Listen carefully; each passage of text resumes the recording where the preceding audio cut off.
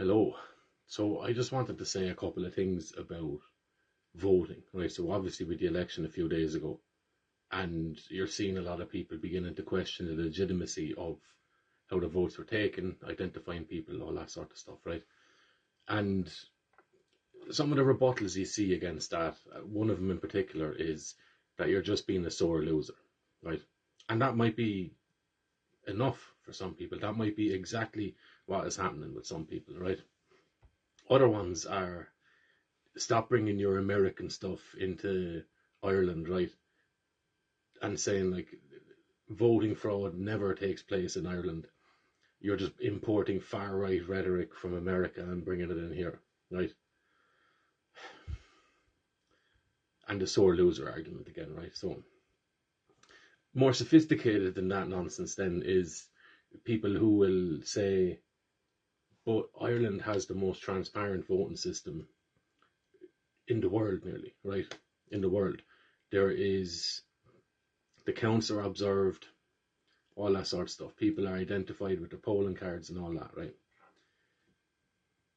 Therefore, there could not be any fraud, because if there was fraud, people would know about it, and then people would find out that there was fraud. Steady on, like, steady on. Why would you assume that fraud would be found out? Right? Why would you assume that if there was fraud going on, then people would know about it, and therefore people would have the general understanding that there's fraud taking place? Therefore, because that's not happening, fraud isn't happening. That's silly. That's silly. That's silly thinking. These are people with silly ideas about things, right? That's not really thinking. It's just looking for the first answer that comes to their mind. That's it. That's exactly it. Right? So I'm also seeing people advise people who they'd probably be politically aligned with, right? Saying, lads, don't be bringing up the voting fraud. It sounds cuckoo stuff. It sounds American stuff. It's not a good look. Who cares about that if you're dealing with the truth? And if you're not just trying to play politics of trying to make yourself look as appealing to the most people as possible, right? What about the truth of the matter? You can't just write off the idea that there was no voter fraud because you don't believe there was voter fraud. You can't just do that. Like, that's not intelligent. It's not savvy. It's not even sensical. It's a nonsense, right? So, what is the question that people need to ask is not whether there was fraud or not whether we should be talking about it or not. It's simple. Have we any evidence that would suggest that there might be, or that the door is open in some way for it to be? And I will give my example, right? And that's all I have. Take it for what it's worth. It's just me saying something that I say happened to me. You don't have to believe it. You can discard it immediately as soon as you hear it, but I'm telling you the truth here. This is my experience of voting the other day, right? So went in, two guys who were sitting at the table giving out the ballots, younger guy, older guy. Gave the younger guy my name and address, and he had no polling card, didn't have one, wasn't asked for. He gave me the ballot. I said, grand, away you go. I said, you're not asked for ID. He said, no, we only 1 in 4. We only ask one person in every 4 people. Then the older guy says, it's all right anyway, I know you. I said, all right, do you? He said, yeah, I know your brother. I said, okay, fair enough. Went off, voted, put it back in the box, or put it in the box. And then as I was leaving, the old guy said, hey, how's so-and-so doing anyway? I said, who's that? He said, is that not your brother? I said, no, it's not, because it wasn't, right? And I went about my business. So the older guy in there assumed that there was no need to identify me because he had identified me. So he knew who I was, right? Or he thought he knew who I was. And then went on to misidentify me. That's just my example. That's one example. And then what you do from that is you build. Are there other stories like that? And the point of my story is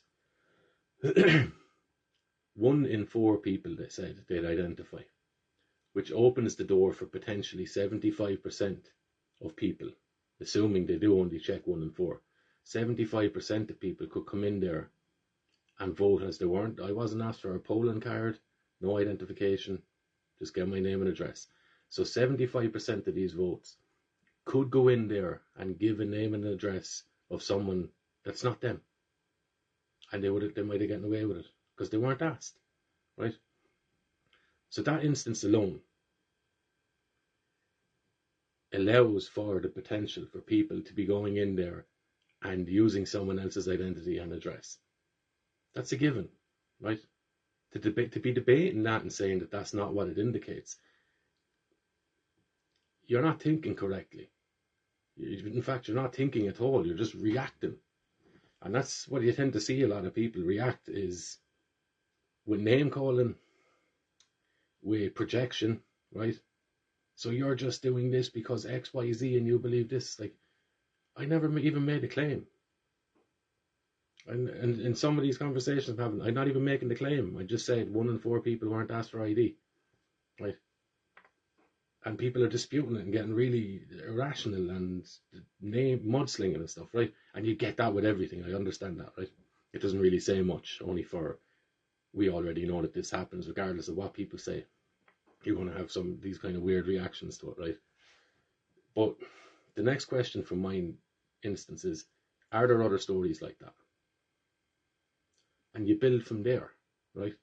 You build from there. And if there's none, and mine was just a weird example, and it turns out they actually do ID everyone, and I was just happened to be the one person that they didn't ID, grand. Let's find that out, right? Let's find that out, or let's assure we don't have to go back and try and find that out, because as of now, there's nearly no way of finding out how many votes were fraudulent, right? Because I could have been anyone going in voting with my name and address. So it's a legitimate question. Don't let people fool you into thinking that it's not a legitimate question. Even what's interesting as well, hang on a second, I get the big light on so you can see more of my dome, my cone, right? So there we go. Yeah, it's a legitimate question. And even I was thinking of it earlier and I was like, do I really want to be talking about that? Like, oh, whoa. Where's that coming from? Right? Because I started out by saying it's about the truth. But there's a bit of a reaction in me going, do you want to be bringing that up? Do you want to be going down that road? Right? Because you get familiar with the responses prior to what you do or what you say. You can anticipate what the responses are going to be from different sections of the public and different sections of people, right? Depending on what their views are and whatever. But you can anticipate this stuff. But I said I'd bring it up because it's 100% it's a legitimate question to ask. Can we verify to the best of our ability that all votes were legitimate? And can we safeguard for potential fraud, potential identity theft, potentially misleading tweaks to the system, right? Can we safeguard against that going forward? Anyone that wouldn't want to do that or will spend the day arguing with you as to whether it happens or not, they're wasting time, and they're also, I believe, they're not being honest, right? Because if you'd no skin in the game, if you weren't emotionally invested in it, and someone asks you a question, you go, all right, that's never thought about it, think about it, and make up your own mind. But when you have people that are reacting so emotionally and with such hostility, right, to legitimate questions, you know there's something else going on. And I think what people are doing is they're not all people, right? You get different people, but people that are reacting that way are defending a system because unconsciously they understand it as a legitimate question to ask. That's why you get emotional about it, right? Because your mind is kind of caught. You feel the need to downplay it, but you also understand there's a logic to that now. So if someone can vote without their identification being verified, what does that say, if anything, right? So don't let anyone tell you that these are illegitimate questions and you're some Trump lunatic, American asset lunatic, whatever the story, by asking questions. We should all be aimed at the truth. And regardless of what the outcome is at the end of it, if it's 100% legitimate, you put your hands up and accept it, right? So it's not a case of being a sore loser.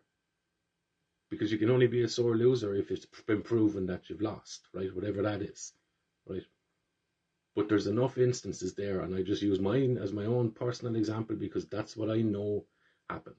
For other people, I wasn't there. I don't know. I can't comment if I want, but you get me.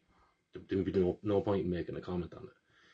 So if there is other examples of things like that, comment them.